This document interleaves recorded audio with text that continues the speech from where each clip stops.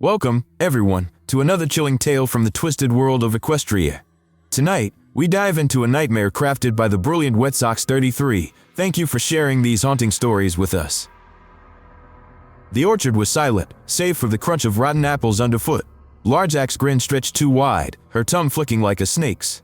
The villagers whispered of her lies, how she'd offer you a perfect apple, only for worms to writhe from its core.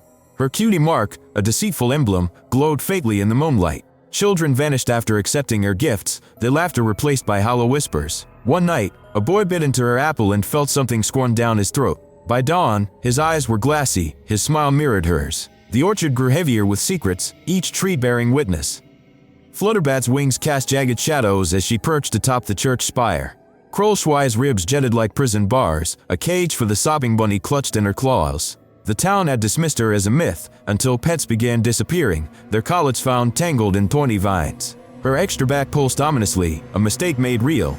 A child peered through her window and saw Krolschwei's maw unhinge, a chorus of trapped screams echoing from her ribcage. By morning, the child's bed was empty, the sheets streaked with something dark and sticky. The bats feasted well that night. Greedy's hose clicked against the gemstone floor, her extra limbs skittering like spiders. The eroded gems in her cutie mark whispered of stolen wealth, of minds collapsed atop desperate ponies. She collected more than jewels, fingers, horns, anything that glittered. A merchant offered her a diamond, she seized his arm instead, the bones snapping like twigs. Her tail lashed, greedy and restless. When the townsfolk stormed her lair, they found walls lined with fused skeletons, their mouths stuffed with gemstones.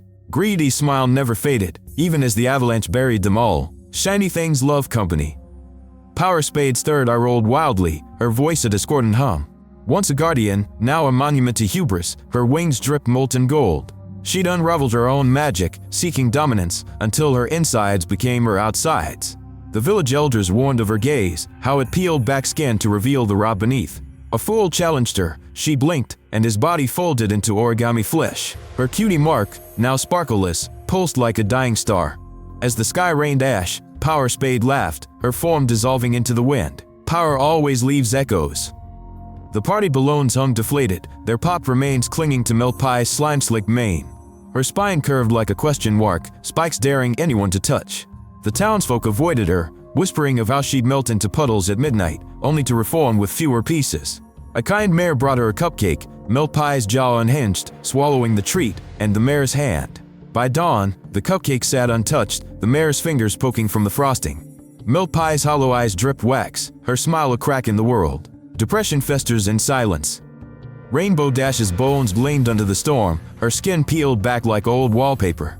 The lightning bolt was gone from her flank, only a jagged scar remained. Her eyes, nestled in her throat, rolled toward the hiker who'd stumbled upon her. She'd been a traitor, they said, her spine now a blade-lined ridge. The hiker ran, but her laughter followed, a static-filled wheeze. He tripped, and her jaw closed over his ankle, teeth grinding bone to dust. By the time rescuers arrived, only his boob remained, laces tied in a perfect rainbow knot. Speed leaves ghosts behind. And that's the end of our nightmare journey through Wet Sox 33's twisted Equestria. Which story haunted you the most?